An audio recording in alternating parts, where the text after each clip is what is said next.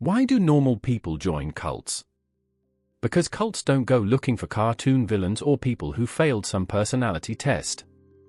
They go after your coworker who remembers your birthday.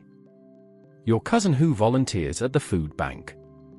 Cults recruit regular humans, not broken ones. When you hear cult, you probably picture robes and a gated compound. Psychologists cast a wider net, a group with a charismatic leader at the center, rules that keep getting stricter, and us versus the mindset, and real consequences for doubting. The packaging changes from group to group. The playbook stays pretty similar. Researchers think tens of millions of people worldwide have been in groups that check at least some of those boxes, and most of them never saw it coming. You rarely walk in through a manifesto. Usually it's a smile, a shared meal, and that feeling that someone finally gets you. Belonging isn't a nice extra for humans. It's closer to a need. We calm down through connection, and loneliness can hit your brain like a physical threat. A group that promises you a real family isn't selling ideology first. They are selling oxygen. Cult recruiters usually aren't grabbing random strangers on street corners. They look for people in transition, those life chapters where your identity wobbles. A breakup, a death in the family, moving cities, graduating, losing a job, retiring.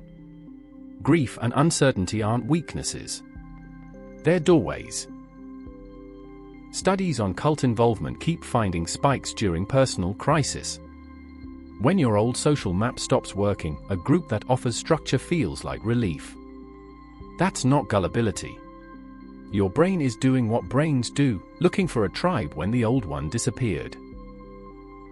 The first week is often called love bombing, a burst of warmth so intense it can feel like falling in love with a whole community. Members remember your name, your coffee order, your childhood story. The affection isn't fake on day one. That's exactly what makes it work. Love bombing plays on a quirk of human bonding. We trust people who seem to trust us first. Random kindness from strangers triggers reciprocity. You want to give back. By the time the warmth turns conditional, you already feel like you owe them something. Gratitude is the hook they reel you in with. Ingratiation is the quieter cousin of love bombing. Flattery, small favors, insider language. You're special, you're chosen, you're different from the sleepwalkers outside. Research shows we say yes to people we like, and we like people who make us feel capable. The group becomes a mirror that only shows your best self. Once you feel chosen, the requests start small. Classic foot in the door. Come to one dinner. Stay for one weekend workshop. Try one dietary rule for a week. Psychologists Friedman and Fraser showed this in the 1960s. Agree to a tiny ask today, and you're far more likely to agree to a huge one tomorrow. Each yes rewrites your self-image. I'm the kind of person who shows up. I'm the kind of person who sacrifices for the mission.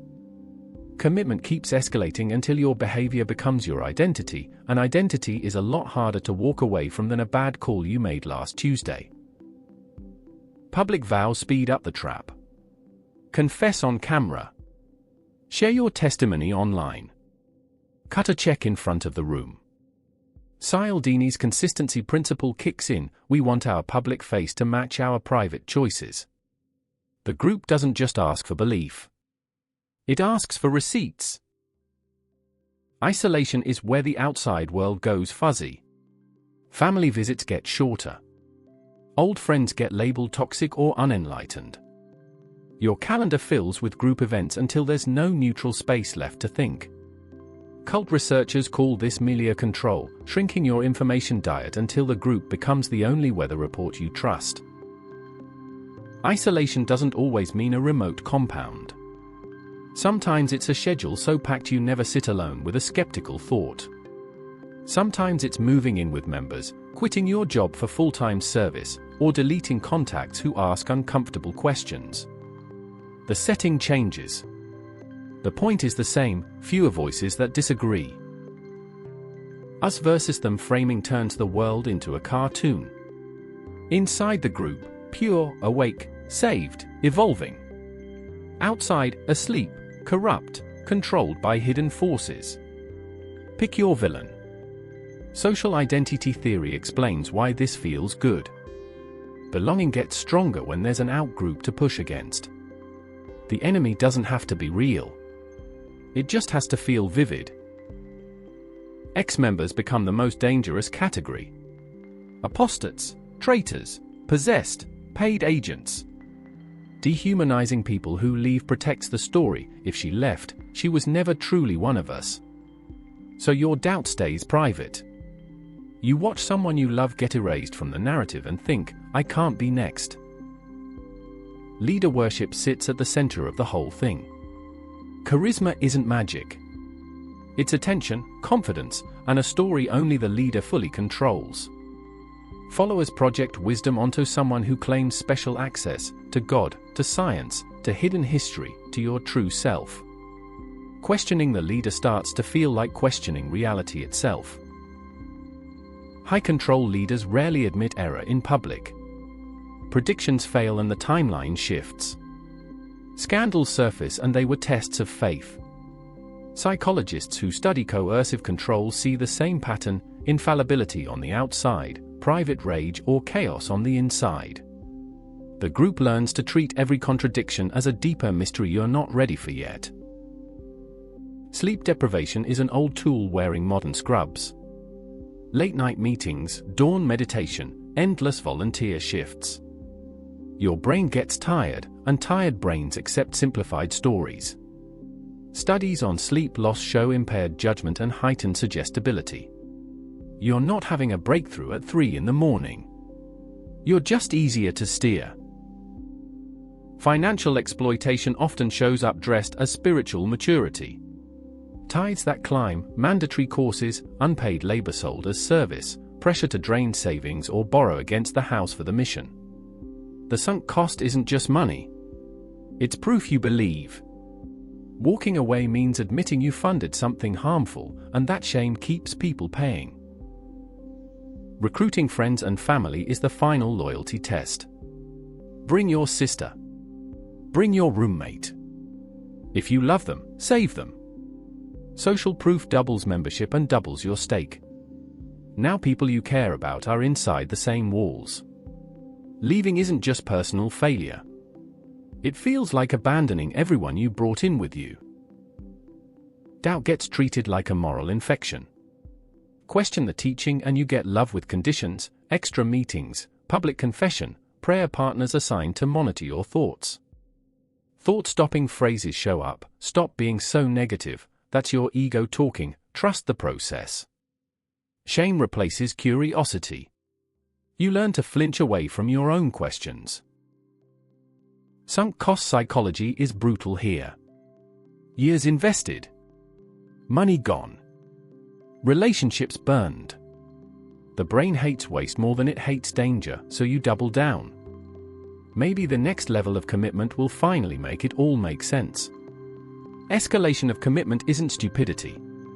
It's a predictable loop that smart people fall into when every exit looks like admitting you wasted your life. Jonestown is the name everyone remembers.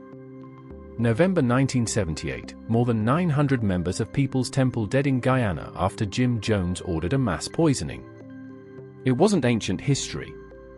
Many victims were ordinary Americans looking for community and racial justice. The horror is what happens when you push isolation, absolute loyalty, us versus them, and a leader who can't be questioned all the way to the end. Modern high-control groups rarely put cult on the flyer.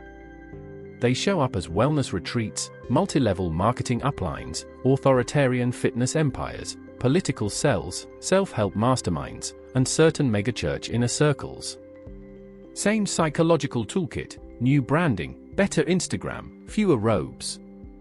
If it controls your time, money, relationships, and thoughts, the label matters less than the pattern. Nxivm started as executive coaching. Some wellness influencers build real audiences, then tighten the inner circle until criticism equals betrayal. MLMs call themselves family while ranking your worth by recruitment. The pitch is always empowerment. The setup is often dependency. Normal ambition plus structured manipulation is a very crowded intersection.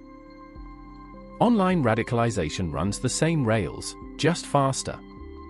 Algorithms feed you people who agree with you until disagreement feels like violence. Parasocial leaders, YouTubers, podcasters, Telegram admins become father figures you never meet in person. Private servers replace compounds. You can get love-bombed, isolated, and pushed toward extreme beliefs without leaving your bedroom.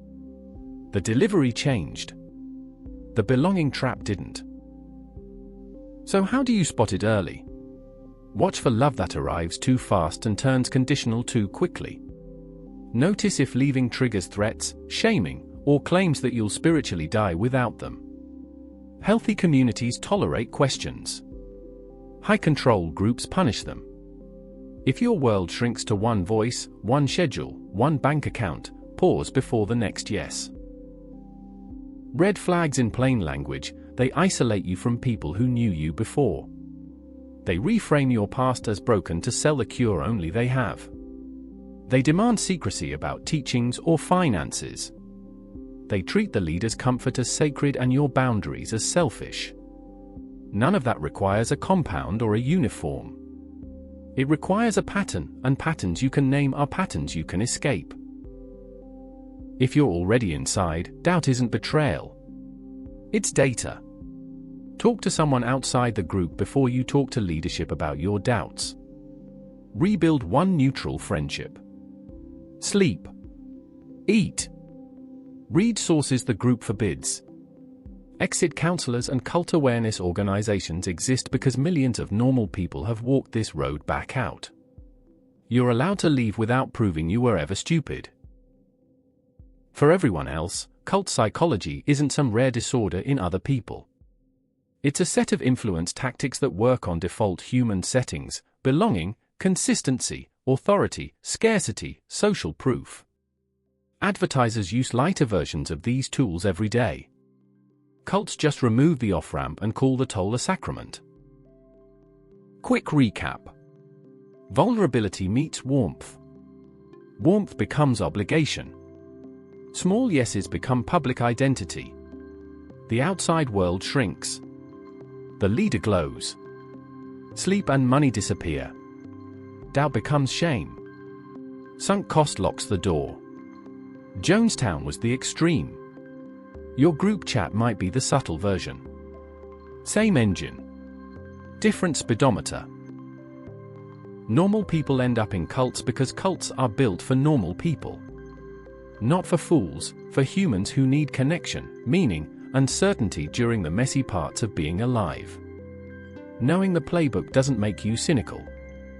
It makes you harder to steer.